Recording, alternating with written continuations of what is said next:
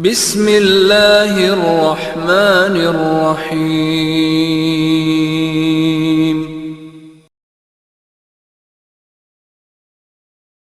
اعوذ باللہ من الشیطان الرجیم، بسم اللہ الرحمن الرحیم، الحمد للہ رب العالمین، وصلی اللہ علی محمد وآلہ الطیبین الطاہرین المعصومین الذین اذہب اللہ عنہم الرجس وطہرہم تطہیرا۔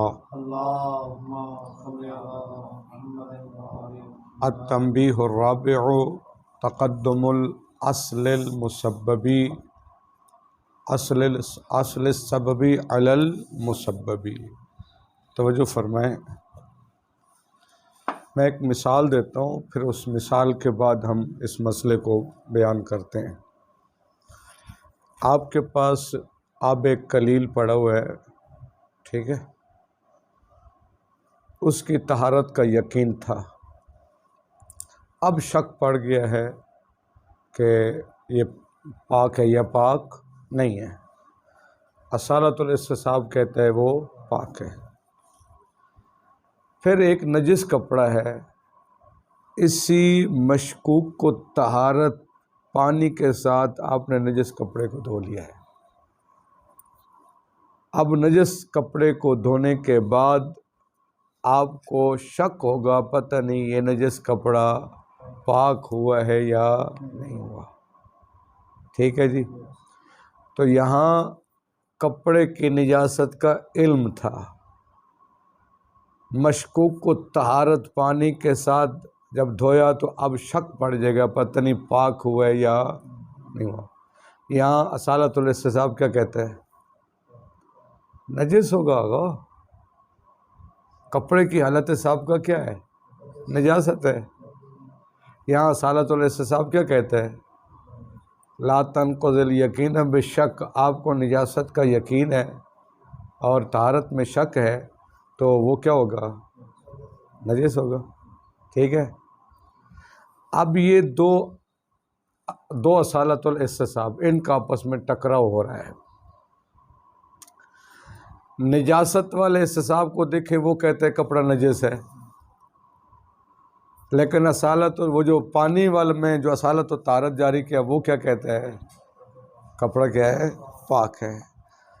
یہ جو دو اصالت الاستصحاب ہم نے جاری کیے، ان میں ایک اصالت الاستصحاب سبب ہے دوسرے کا، ٹھیک ہے۔ چونکہ وہ جو پانی میں اصالت الاستصحاب جاری کیا ہے، ٹھیک ہے، وہ سبب بن رہا ہے۔ اب کپڑا آیا پاک ہوا یا پاک، وہاں اصالت الاستصحاب کا، سمجھا گی بات؟ یعنی اگر ایک چیز میں شک دوسری چیز میں شک سے ناشی ہو، یعنی ایک چیز میں شک سبب ہو دوسری چیز میں شک کا، سمجھا گی بات؟ پہلے قلیل پانی جو تھا وہ پاک تھا، بعد میں اس کی نجاست میں شک ہوا ہے، تو پھر کیا کریں؟ اب اسی مشکوک کو طہارت آب قلیل کے ساتھ آپ نے کیا کیا؟ کپڑے کو دھو لیا۔ تو یہاں پر دو شک ہیں، جب دو شک ہیں دو اصالت الاستصحاب جاری ہوں گے۔ ایک ہوگا اصالت و بقاء ماء، طہارت ماء، یعنی اصل اصالت الاستصحاب یہ کہتا ہے کہ پانی پاک ہے، اور دوسرا ہے استصحاب بقاء نجاست لباس پہلے نجس تھا، اب اس کی طہارت میں شک ہو گیا پاک ہوا یا نہیں ہوا، تو استصحاب کہتا ہے نجاست باقی ہے، ٹھیک ہو گیا۔ اب یہاں پہلا استصحاب سبب بن رہا ہے کس کا؟ تو پہلے استصحاب کو سببی کہتے ہیں اور دوسرے کو مسببی کہتے ہیں، کیونکہ پہلا استصحاب دوسرے استصحاب کے زائل ہونے کا سبب ہے۔ اگر پہلا استصحاب ٹھیک ہے تو دوسرے استصحاب کی ضرورت ہی نہیں ہوگی۔ پہلا استصحاب سبب بن رہا ہے دوسرے استصحاب کے ختم ہونے کا۔ اگر پہلا استصحاب کے مطابق پانی پاک ہے تو یقیناً وہ پاک پانی کے ساتھ اپنے نجس لباس دھوئے تو وہ کیا ہوگا؟ پاک ہوگا، ٹھیک ہے جی۔ اچھا جی، لہذا اگر ایک استصحاب دوسرے استصحاب میں وہ جو شک ہے اس کو دور کرنے کا سبب بنے تو اس پہلے استصحاب کو کیا کہیں گے؟ استصحاب سببی. ٹھیک ہے جی. اچھا جی، فرماتے ہیں اب یعنی اب یہ بھی کہہ سکتے ہیں یہاں دو اصلوں میں تعارض ہو رہا ہے. دو اصل میں کیسے تعارض ہو رہا ہے؟ قابل جم بھی نہیں ہے. پانی کی طہارت کا جو وہاں اصالت اور استصحاب ہے وہ کہتے ہیں پانی پاک ہے، لیکن نجاست لباس میں جو شک ہے وہاں اصالت اور نجاست کیا کہتا ہے کہ آپ چونکہ حالت حساب کا نجاست ہے نا، یقین ہے نا، تو وہ لباس نجس ہے.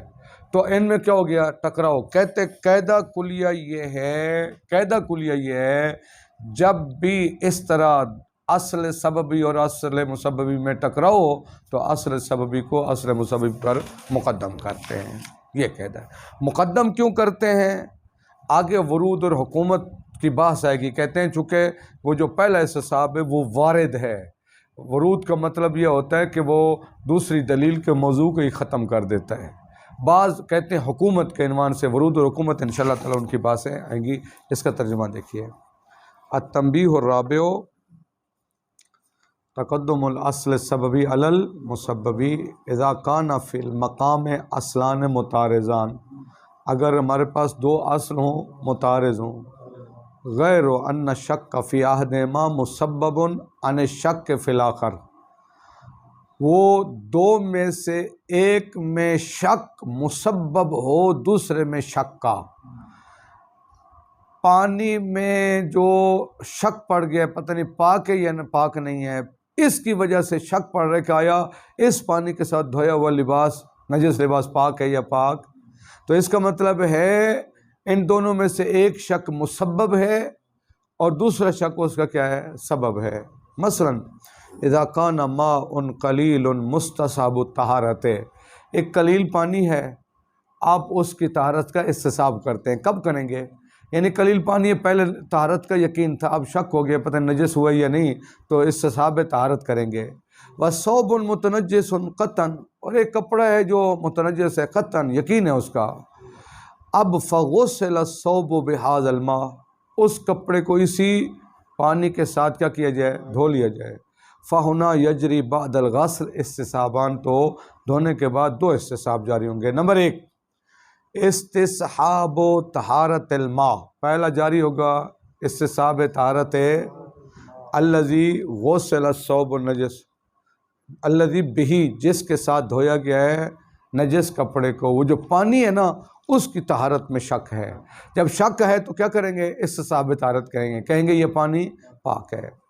ومقتضا ہو طہارت ثوب المغسول بھی، اس اصالت اور استصحاب کا تقاضا یہ ہے کہ آپ کا جو کپڑا جو دھویا گیا ہے اس پانی کے ساتھ وہ کیا ہے؟ پاک ہے. کیوں پاک ہے؟ چونکہ پانی میں اصالت اور استصحاب کہتے ہیں پانی پاک ہے، تو جو پاک پانی کے ساتھ نجس کپڑا دھو جائے گا وہ بھی کیا ہوگا؟ پاک ہوگا. دوسرا ہے استصحاب و نجاست ثوب. دیکھیے کپڑے کے بارے میں آپ کو یقین تھا نجس ہے، اب مشکوک پانی کے ساتھ آپ نے اس کو دھویا ہے، دھونے کے بعد آپ کو شک ہوگا آیا پتہ نہیں پاک ہوا یا نہیں، تو حالت حساب کا کیا ہے؟ نجاست. تو استصحاب کو مطلب ہے اسی حالت حساب کو باقی رکھیں. استصحاب و نجاست الماء و بقائہا، ہم نجاست ثوب کیا ہے؟ ہاں کپڑے کی نجاست کا استصحاب کریں گے، و بقایا، اور بقائے نجاست کا استصحاب کریں گے، حتی بعد الغسل، حتی دھونے کے بعد بھی. ٹھیک. اب یہاں دو اصلوں کے درمیان تعارض ہو گیا.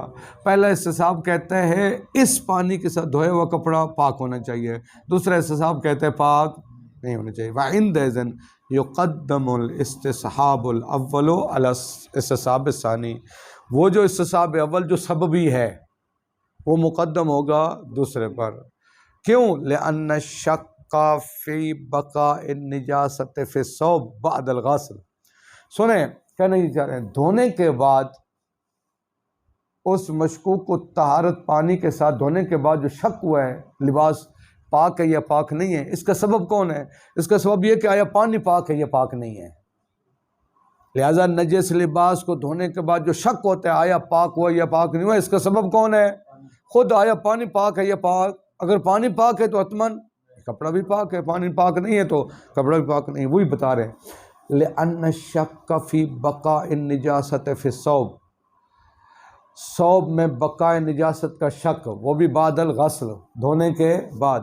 یہ شک ناشئ، یہ پیدا ہوا ہے عن الشک فی طہارت الماء، اصل میں اس پانی کی طہارت میں شک ہے الذی غسل بہ، جس پانی کے ساتھ اس کپڑے کو دھویا گیا ہے.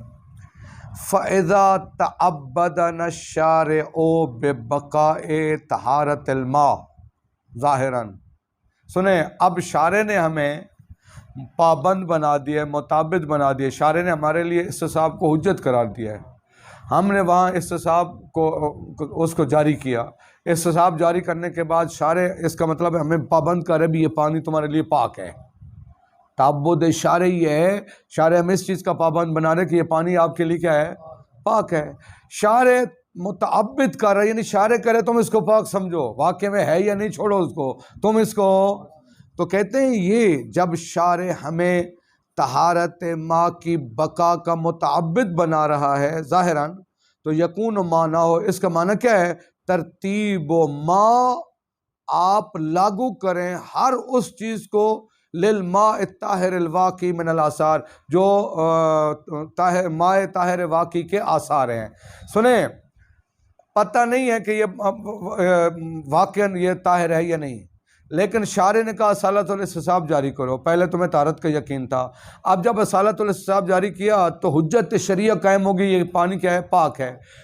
جس طرح ہمیں علم تفصیلی ہو یہ پانی پاک ہے، جو اس پانی کے احکام اور آثار ہیں، اس پانی کے احکام اور آثار بھی ہوئی ہوں گے. جس کے بارے میں علم تفصیلی ہو کہ وہ پاک ہے، اس کو پی بھی سکتے ہیں، اس کے ساتھ وضو بھی کر سکتے ہیں، غسل بھی کر سکتے ہیں، ٹھیک ہے جی، مسجد بھی دھو سکتے ہیں، ٹھیک ہے. اب جو وہ پانی جو اصالت الاستصحاب جاری کرنے کے بعد ہمارے لیے حکم ہے کہ طاہر ہے، اس کے آثار بھی وہی ہیں، اس کو پی سکتے ہیں، اس کے ساتھ وضو کر سکتے ہیں، غسل کر سکتے ہیں، مسجد ہو سکتے ہیں. سمجھا کی بات؟ وہی بتا رہے ہیں. کہتے ہیں یہ عبارت سمجھنا، جب شارع ہمیں متعبد اور پابند بنا دیتا ہے بے بقائے طہارت الماء ظاہراً، کہ ظاہراً آپ کے لیے حکم ظاہری یہ ہے کہ تم اس کو پاک سمجھو. یکون و معنی ہو، شارع کے اس متعبد بنانے کا معنی یہ ہے ترتیب و ما، ہم لاگو کریں. ترتیب کا معنی کیا کریں؟ ہم لاگو کریں للماء طاہر الواقی من الآثار، ہم اس ماء پر بھی ماء طاہر واقعی کے آثار کیا کریں؟ اس کو لاگو کریں. اللہ مستصحب طہارت، اس پانی پر جس کی طہارت کا آپ نے استصحاب کیا ہے. جس پانی کی طہارت کا علم تفصیلی ہے، ٹھیک ہے، اس کے آثار آپ لاگو کریں گے اس پانی پر بھی جس کی طہارت ہمیں استصحاب کے ذریعے سے پتہ چلی ہے. ٹھیک ہو گیا؟ وَمِن جُمْلَةِ آثَارِ طَہَارَةُ الثَّوْبِ الْمَغْسُولِ بِهِ، اس کے آثار میں سے ایک کیا ہے بھئی؟ آپ اگر نجس کپڑے کو دھوئیں گے تو وہ کیا ہو جائے گا؟ پاک ہو جائے گا. اسی طرح پی سکتے ہیں، اس کو دھو سکتے ہیں وغیرہ وغیرہ. فَتَعَبُّدُ بِبَقَاءِ الْأَصْلِ السَّبَبِ يَرْفَعُ الشَّكَّ، یہ جملہ آگے نیچے والے بحث آئے گا. پس یہ جو بقائے اصل سببی کا پابند بنا رہے ہیں ہمیں، شارع کہہ رہے تم اب کیا کرو؟ اس کو پانی کو پاک سمجھو. یہ یرفع الشک، یہ شک کو کیا کر دیتا ہے؟ دوسرے میں شک کو دور کر دیتا ہے کہ آیا لباس پاک ہوا یا پاک نہیں ہوا. اس شک کو، چونکہ یہ پانی پاک ہے تو حتماً اس کے ساتھ دھوئے جانے والے لباس بھی کیا ہوگا؟ پاک ہوگا. من جانب فی جانب، یہ کامہ نہیں ہونا چاہیے. یرفع الشک فی جانب الاصل المسببی، یہاں میری کتاب میں شک کے بعد کامہ ڈالا ہوا، یہ غلط ہے. یرفع الشک فی جانب الاصل المسببی، یہ جو استصحاب ہے، ٹھیک ہے، یہ جو اصل سببی ہے، یہ اصل مسبی کی جانب میں شک کو دور کر رہا ہے. بمعنی ان نجاست ہونا کا مرتفعۃ، اس کا یعنی اس معنی میں کہ نجاست مرتفع ہے غیر باقیۃ باقی. فیکون الاصل سببی مقدما علی الاصل المسببی، پس اصل سببی کیا ہے؟ مقدم ہے کس پر؟ اصل مسببی پر. دیکھیے یمکن سے اسی بات کو ایک اور انداز میں بیان کریں، ذرا توجہ فرمائیں. اس کو خلاصہ میں علیحدہ بیان کرتا ہوں پھر ترجمہ کراتا ہوں. اگر آپ کو یاد ہو، خود اس اصول الفقہ کی جو حصہ دوم کے شروع میں بھی بتایا، اصول عملیہ کے شروع میں بھی بتایا ہے جناب، ادلہ کی دو قسمیں، ادلہ اجتہادیہ اور ادلہ فقہاتیہ.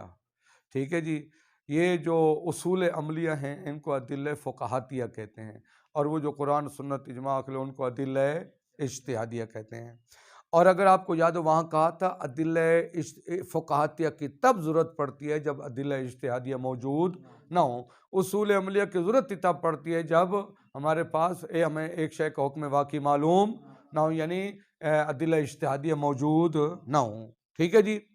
اب فرماتے ہیں کہ اصل سبی کو جب ہم جاری کرتے ہیں، اور ہم نے کیا کہا ہے اس کے ذریعے اس کو مقدم کریں گے کس پر؟ اصل مسبب پر۔ کہتے ہیں جب آپ اصل سنیں، وہ جو میں نے کہا تھا نا یرفع شک کا، وہ اہم جملہ ہے۔ وہ فرماتے ہیں جب آپ اصل سبی کو جاری کرتے ہیں تو اس سے ایک دلیل اجتہادی وجود میں آ جاتی ہے۔ اصل سببی کو جاری کرنے کی وجہ سے ایک دلیل اجتہادی کا موضوع کیا ہوتا ہے؟ وجود میں آ جاتا ہے۔ جب دلیل اجتہادی وجود میں آ گئی پھر اصول عملیہ کی ضرورت ہی، اصل فقہاتی کی ضرورت باقی نہیں رہتی ہے۔ دوبارہ سنیں، کہتے تین باتیں ہیں۔ اصل، ہم نے کہا اصل سبی کو کیا کریں گے؟ مقدم کریں گے، اصل سبی جاری ہوگی۔ دوسری بات، یہ اصل سبی ایک دلیل اجتہادی کو وجود دے رہی ہوتی ہے، اس کے ذریعے سے میں بتاتا ہوں، اس کے ذریعے سے ایک دلیل اجتہادی وجود میں آ رہی ہوتی ہے۔ پس نتیجہ کیا نکلے گا؟ جب دلیل اجتہادی آ جائے گی تو پھر دلیل فقہاتی کی ضرورت نہیں رہے گی۔ مثلا فرض کریں میں ایک کہتے ہیں قیاس تشکیل دیتا ہوں، صغرا، کبرا اور نتیجہ۔ جو کبرا ہے وہ دلیل اجتہادی بنتی ہے۔ ٹھیک ہے جی۔ اسی مثال میں آپ نے کیا کیا؟ پانی کی طہارت کا استصحاب کیا۔ اس کا نتیجہ کیا نکلا؟ نتیجہ یہ نکلے گا کہ طہارت کا استصحاب کرنے کے بعد آپ نے صغرا تشکیل دیا کہ ھذا الماء طاہر، ھذا الماء طاہر۔ یہاں سے ایک قاعدہ کلیہ خود وجود میں آ جاتا ہے کہ کل نجس غسل بماء طاہر فہو طاہر۔ ہر وہ نجس چیز جو ماء طاہر کے ساتھ دھوئی جائے گی وہ کیا ہو جائے گی؟ طاہر ہو جائے گی۔ یہ اس ھذا الماء طاہر، یہ صغرا کبرا یہیں سے وجود میں آ رہا ہے کہ ہر وہ نجس چیز جو ماء طاہر کے ساتھ دھوئی جائے گی وہ کیا ہوگی؟ ٹھیک ہے جی۔ تو اس کا نتیجہ کیا نکلے گا؟ نتیجہ نکلے گا لہٰذا جو چیز بھی اس پانی کے ساتھ دھوئی جائے گی وہ کیا ہوگی؟ پاک ہوگی۔ ان میں سے ایک کیا ہے؟ یہی نجس لباس ہے۔ لہٰذا یہاں اصول وہ دوسری اصل کو جاری کرنے کی ضرورت ہی، چونکہ یہاں ایک دلیل اجتہادی وجود میں آ گئی ہے، وہ کہتی ہے اب آپ کو کسی اور اصل کو جاری کرنے کی ضرورت ہی نہیں ہے۔ دیکھیے توجہ فرمائیں، آسان بات ہے۔ وَيُمْكِنُ أَن يُقَالَ، یعنی اسی کو ہم اس انداز میں بھی کہہ سکتے ہیں، وہ جو اوپر جملہ تھا نا فَالتَّعَبُّدُ بِبَقَاءِ الْأَصْلِ السَّبِّ يَرْفَعُ الشَّكَّ فِي جَانِبِ الْأَصْلِ الْمُسَبَّبِ۔ توجہ فرمائیں، کہتے ہیں یہ بھی ہم کہہ سکتے ہیں ان الاصل السببی استصحاب طہارت الماء۔ اصل سببی کیا تھا؟ طہارت ماء کا استصحاب۔ ہو، یہ پیدا کرتی ہے، وجود دیتی ہے موضوع الدلیل الاجتہادی، ایک دلیل اجتہادی کے موضوع کو۔ فیکون الدلیل الاجتہادی مقدما علی الاصل المسببی، پس جب دلیل اجتہادی وجود میں آ گئی تو یہ اصل مسببی پر کیا ہو جائے گی؟ مقدم ہو جائے گی۔ کیوں؟ لأن استصحاب طہارت الماء یثبت موضوعا، یہ جو ہم نے استصحاب کیا ہے کیا کہ طہارت ہے، پانی یہ کیا ہے؟ پاک ہے، اصالت استصحاب جاری کر کے یہ ایک موضوع کو وجود دے رہا ہے۔ وہ کیا ہے؟ وَهُوَ أَنَّ هَذَا الْمَاءَ طَاهِرٌ، یہ پانی کیا ہے؟ طاہر ہے۔ هَذَا من جانب، یعنی صغرا تشکیل دی گیا۔ وَمِن جانب آخر دل الدلیل الاجتہادی، اس کے ساتھ ساتھ ایک دلیل اجتہادی دلالت کری ان کل نجس غسل بماء طاہر فهو طاہر، ہر وہ نجس جو ماء طاہر کے ساتھ دھویا جائے گا وہ کیا ہوگا؟ اب فبضم الصغرى الى الكبرى، صغرا کو ملا دیں کس کے ساتھ؟ کبرا کو۔ صغرا کیا ہے؟ هذا الماء طاہر، کبرا کیا ہوگا؟ کل نجس غسل بماء طاہر فهو طاہر، جو بھی نجس پاک پانی کے ساتھ لباس دھویا جائے گا وہ پاک ہو جائے گا۔ تو نتیجہ کیا نکلے گا؟ لا یبقی شک فی طہارت الثوب، اب ہمیں اصلا ثوب کی طہارت میں شک باقی نہیں رہے گا۔ ٹھیک ہے، یعنی شک نہیں رہے گا، یقین ہو جائے گا وہ ثوب کیا ہے؟ پاک ہے۔ و ارتفاع نجاستی، اور اس کی نجاست کے مرتفع ہونے میں شک، یعنی یقین ہو جائے گا وہ پاک ہو گیا. جب یقین ہو گیا پاک ہو گیا ہے, توجہ کریں, یقین ہو گیا پاک ہو گیا تو دوسری اصل مسبی کا موضوع ہی ختم ہو گیا ہے. کہاں جاری کریں گے اسے؟ چونکہ دوسرا استصحاب جاری ہوتا تھا جب شک ہو کہ آیا وہ نجس وہ پاک ہوا یا پاک. یہاں اس دلیل اجتہادی جو وجود میں اس کی وجہ سے ہمیں یقین ہو گیا ہے کہ لباس کیا ہے؟ پاک ہے. جب لباس کے پاک ہونے کا یقین ہو گیا دوسری اصل مسبی کو جاری کرنے کی ضرورت ہی نہیں ہے. التنبیہ الخامس, تنبیہ خامس, توجہ فرمائیں. تنبیہ خامس کا مطلب یہ ہے, پانچویں تنبیہ. عموماً اصول الفقہ کی کتابوں میں استصحاب کی بحث میں 5 تنبیہیں پیش کی جاتی ہیں. تو 4 تنبیہ ہم پڑھ چکے ہیں. پانچویں تنبیہ وہ ہے, دیکھیے مسئلہ کیا ہے. دیکھنا یہ ہے کہ اصالت الاستصحاب, چھوڑیں کتاب کو آگا, اصالت الاستصحاب اور باقی اصول عملیہ مثلا احتیاط, تخیر اور برات, بہت آسان بات ہے. ان کا آپس میں کیسا رابطہ ہے؟ ٹھیک ہے جی. بے الفاظ دیگر, اگر کسی جگہ پر اصالت الاستصحاب بھی جاری ہو سکتا ہو اور باقی اصول عملیہ بھی جاری, ان میں سے کوئی ایک جاری ہو سکتا تو کس کو جاری کریں گے؟ فرماتے ہیں قاعدہ کلیہ یہ ہے, وہاں پر اصالت الاستصحاب کو مقدم کریں گے. آسان بات ہے. کسی جگہ پر اصالت الاستصحاب بھی جاری ہو سکتا ہے اور فرض کریں اصالت البراۃ بھی جاری ہو سکتا ہے, کس کو مقدم کریں گے؟ اصالت الاستصحاب کو. کسی جگہ پر اصالت الاستصحاب بھی جاری ہو سکتا ہے اور اصالت الاحتیاط بھی, کس کو مقدم کریں گے؟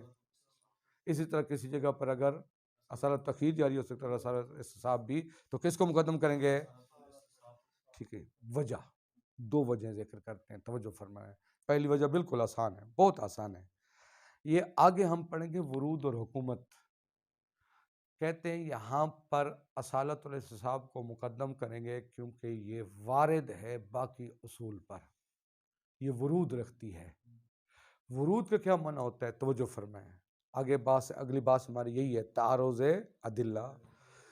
ورود کا مطلب یہ ہے ایک دلیل آ کر دوسری دلیل کے موضوع کو ہی ختم کر دے. جب سے دوسری دلیل کا موضوع شروع میں تعارض نظر آیا, ایک دلیل آ کر دوسری دلیل کے موضوع کو ہی ختم کر دے. جب موضوع کو ختم کرے گا کر دے گا, جب موضوع باقی نہیں رہے گا تو اس کی بحث بھی باقی. اس کو کیا کہتے ہیں؟ ورود. وہ فرماتے ہیں استصحاب جہاں دونوں جاری ہو سکتے ہیں, استصحاب اور باقی اصول, کس کو مقدم کریں گے؟ کیونکہ اصل استصحاب ورود رکھتی ہے. باقی یہ آپ لائن یاد کر لیں, باقی ادلہ پر کیا رکھتی ہے؟ ورود, یعنی ان پر وارد ہے. ٹھیک ہے. ورود کا معنی کیا ہے آگے پڑھیں گے. ایک دلیل آ کر دوسری دلیل کے موضوع کو. یہاں کیسے ورود ہے؟ کہتے ہیں ہم آپ کو بتاتے ہیں, بہت آسان ہے, بہت آسان ہے. کہتے ہیں مثلا فرض کریں جہاں پر آپ برات عقلیہ کو جاری کرتے ہیں, برات میں آ جائیں. پہلے اصل کون سی ہے؟ ایک جگہ پر اصالت الاستصحاب بھی جاری ہو سکتا ہے اور برات کی 2 قسمیں, برات عقلیہ اور برات شرعیہ. تو سوال, برات عقلیہ کا موضوع کیا تھا؟ عدم البیان, یاد ہے نا؟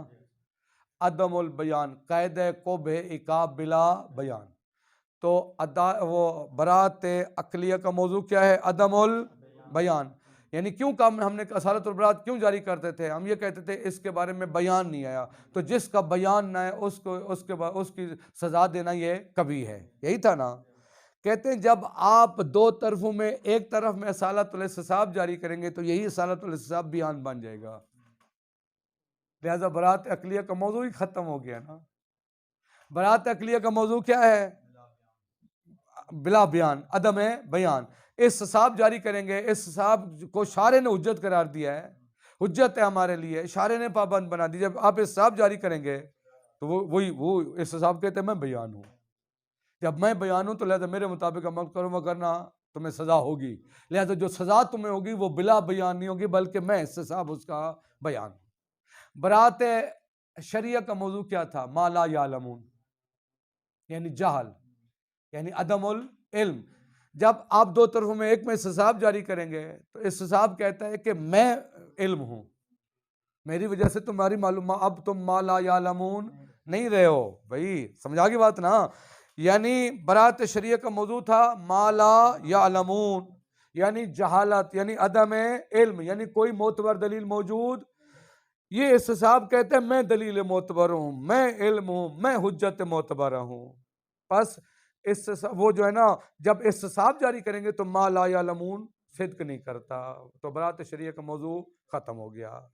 تخیر کا موضوع کیا ہوتا ہے؟ تساوی الطرفین من حیث الاحتمال، دونوں طرف احتمال میں مساوی ہوں، جس طرف میں استصحاب جاری کریں گے وہ ترجیح ہو جائے گی اس کو، لہذا اصالت وہ تخیر بھی نہیں ہوگا. وہ جو اصالت الاحتیاط ہے، اصالت الاحتیاط کا موضوع کیا تھا؟ احتمال عقاب، یعنی اگر آپ نے یہ کام کیا یا یہ اس کو ترک کیا تو عقاب کا احتمال ہے، تبھی تو وہ اصالت الاحتیاط ہے نا. اصالت الاحتیاط کیوں ہے؟ چونکہ عقاب کا احتمال رہتا ہے. کہتے ہیں جب استصحاب آ جاتا ہے، استصحاب کہتے ہیں گھبراؤ نہیں، میں تمہارے پیچھے ہوں، تمہیں کوئی سزا، یہی جو ہے نا وہ استصحاب یہ مؤمن بن جاتا ہے عقاب سے بچانے والا. کہتے ہیں اب تمہیں کوئی عقاب نہیں ہوگا. لہٰذا استصحاب کی صورت میں باقی اصول کا موضوع ہی باقی نہیں رہتا، تو حتماً مقدم کون ہوگا؟ استصحاب ہوگا. اس کا ترجمہ کر لیں. التنبیہ الخامس تقدم الاستصحاب علی سائر الاصول، استصحاب کا مقدم ہونا باقی اصول عملیہ پر. یقدم الاستصحاب علی سائر الاصول، تمام اصول عملیہ باقی جو ان پر مقدم ہوگا اصالت الاستصحاب. کیوں؟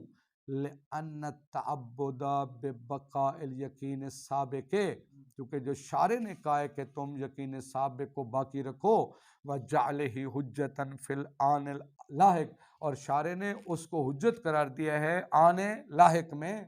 یوجبو، یہ موجب بنتا ہے، یعنی استصحاب، یہ استصحاب یہی تھا نا، استصحاب یہی تھا کہ حالت سابقہ کو باقی رکھو اور حالت لاحقہ کی پرواہ نہ کرو. وہی حالت سابقہ حالت لاحقہ میں تمہارے لیے حجت ہے.